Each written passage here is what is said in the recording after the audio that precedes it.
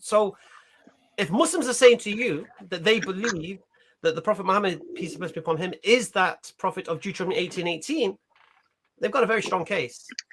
Does it matter if it is or not? For me, no. If I think there's something that Adam said. Adam, can you hear me? Are you there? Sorry, I'm here. Yes. Can I make a quick point, Brother Hamza, about the criteria that he's asking for? Yeah. Okay, so I think your question, you were asking about the criteria, whether he matches the criteria, whether is he kamocha, like Hebrew says, like you, a prophet like you, right? Prophet like unto Moses, right? So Yeah. brother Hamza already mentioned that he's from the Ishmaelites. They're the brethren of the Israelites. The other thing is this. Now let's do this a quick exercise. We're gonna see Moses, Muhammad, and Jesus. Peace and blessing be upon them all. We're gonna do this quick exercise. Did Moses call people to worship God alone? You tell me yes or no. Yes. Muhammad. Yes. Jesus. Yes. Good. So this criteria, they all check. Now let's go this. Did Moses have a natural birth? Yes. Muhammad. Yes. Jesus. He came through the womb. Yes. No. According Was to he natural. didn't have a father. Okay. No. Okay. So far, Muhammad and Moses made fit the criteria. They match. They're like them, like unto you, like unto Moses. Jesus doesn't. Peace be upon them all. Now let's see the other criteria. Was Moses married? Yes. Was Muhammad married? How many wives? It doesn't matter. Was he married? Yes. Was Jesus married? No. Okay, good. So that's the second one. Did Moses have children? Yes. Muhammad? Did he? Yes. Jesus? Okay. No. So that's three again. They don't. Muhammad, Moses match. Jesus don't match. The fourth one. Did Moses unite various tribes under one cause? Yes. Did Muhammad do that? Did he? Yes. So you haven't read the seerah. yes. It's okay. No, I haven't read the seerah. What about Jesus? No. Okay, so this is the fourth thing that they match. Jesus don't match. Fifth one. Was Moses a statesman? A military leader? Was he a military leader or statesman? Was Muhammad a statesman and military leader? Yes. Was Jesus? No. Good. This is the fifth one. Okay. Did Moses survive attempt on life? Yes. Okay. Did Muhammad survive attempts on life? I don't know the story. Yes, many of them. Many of them. Wars and many other things. Did Jesus? Okay. No, he didn't. Based on the Bible, he got caught and he was crucified and killed. Right. Moving on. Okay. According to Muslims, Moses, he survived. did Moses go through forced migration or hijrah from the enemies? Yes. Did Muhammad do that? Hijrah, migration from I don't enemies. know. You have to answer for He that. did from Mecca to Medina. Remember when he left him and Abu Bakr from Quraysh, Mecca, and he went to Medina. So he did. But both did migration. Both did hijrah from the enemies. Right. So that's the sixth one, I think. Was Moses victorious over his enemies? Yes. Was Muhammad victorious over his enemies?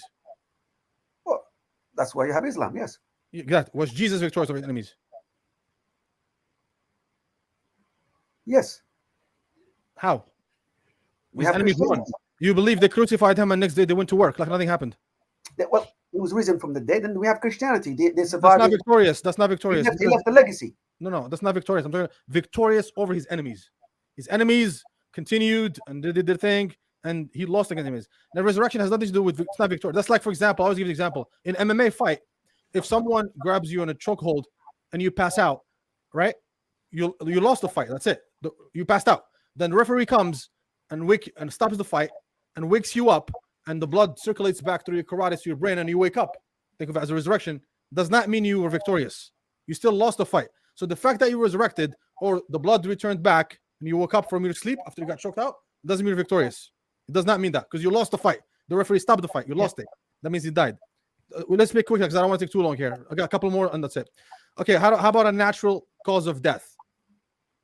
Did Moses die? A natural cause of death? Yes. Did Jesus? Did Prophet Muhammad? Yes.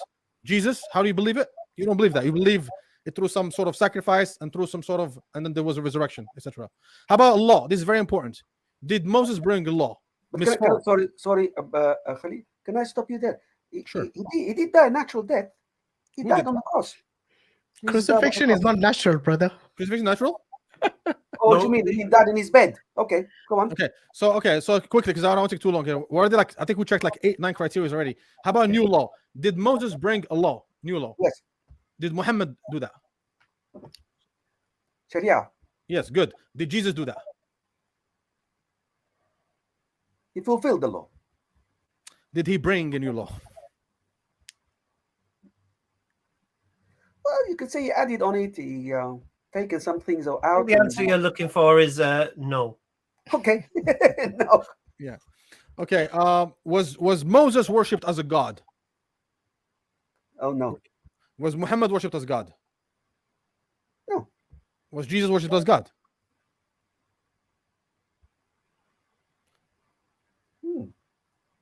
Yes. No.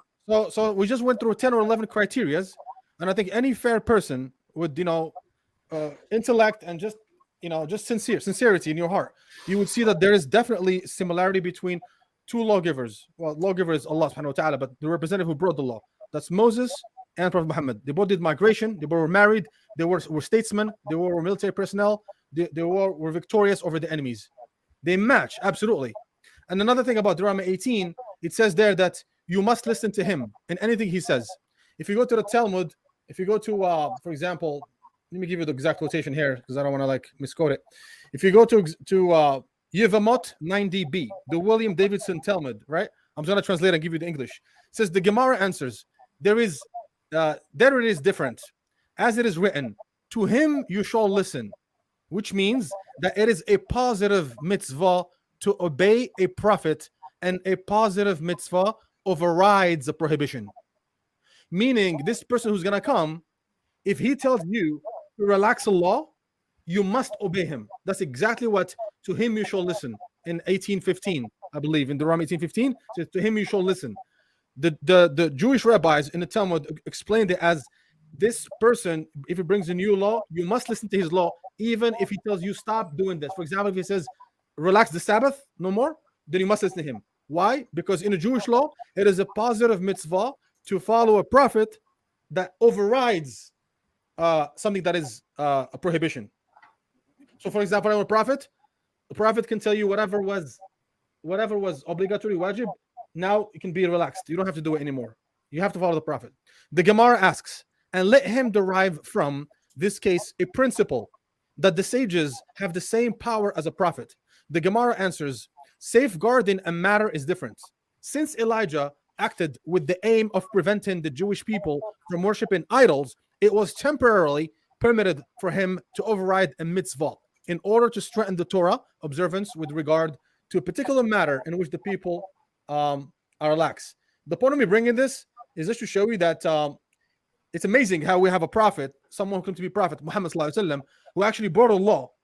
And this is exactly how the Talmud explained it, that this prophet of Deuteronomy 15, to him you must listen, actually means he's going to bring a law and you must follow that law, even if the law tells you, stop doing whatever you were doing before. Jesus didn't do that. Jesus said, I did not come to change the law, I came to fulfill it. Prophet Muhammad brought Sharia, as you admitted. Therefore, the Prophet Muhammad sallallahu alaihi wasallam absolutely meets the criteria. And Allah knows this, of course, about the verse. You've stated a very strong case, and that's what I'm asking for you to reiterate it. Good. Very interesting, very strong case, very compelling case. I'm not here to argue against it because the points you raised there, as you can see, I have no answers to them to agree on the whole. That's interesting.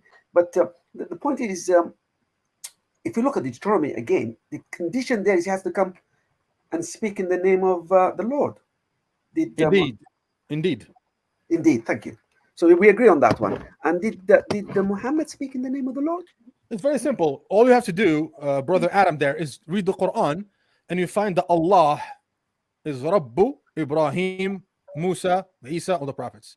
Therefore, when the Prophet Muhammad was reciting the Quran, he's reciting the words of Allah. Who is Allah?